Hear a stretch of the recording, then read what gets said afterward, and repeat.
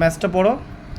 ম্যাথসটা আছে a man spends 1/3 of his monthly income as house rent and 3/4 of the rest to maintain his family. He saves remaining ₹1500. What is his monthly income? এখানে আমি ধরতে পারি যে let monthly income equals to A. এখানে house rent দেখা যাচ্ছে 3/4 of ঠিক করে হাউস রেন্ট 3/4, হাউস রেন্ট তো 1/3। হাউস রেন্ট 1/3 অফ এ।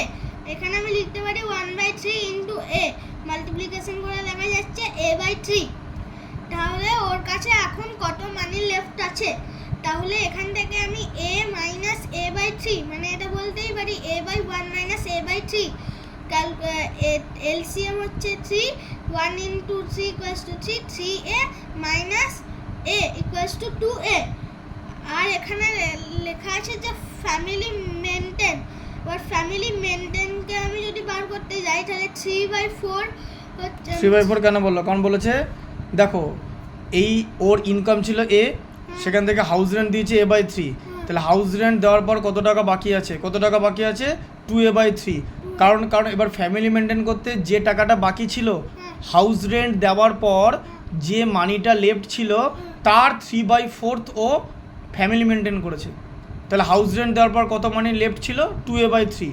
এই 2a/3 রুপিজের 3/4 ও স্পেন্ড করেছে ফ্যামিলি মেনটেনে, তাই তো? তাহলে অফ আছে মানে মাল্টিপ্লাই, তাহলে 3/4 ইন্টু 2a/3, তুমি ওটাকে ক্যান্সেলেশন করে পাবে a/2। তাহলে a/2 রুপিস মেনটেন স্পেন্ড করেছে, তাই তো? কোত্থেকে স্পেন্ড করেছে? 2a/3 থেকে। তাহলে সেভ কত হবে? সেভিংস হবে। এখানে এটা মানি বাকি ছিল আর এটা ফ্যামিলি মেনটেনের জন্য লেগেছে। তাহলে 2a/3 মাইনাস a/2, এখানে দেখা যাচ্ছে a/6।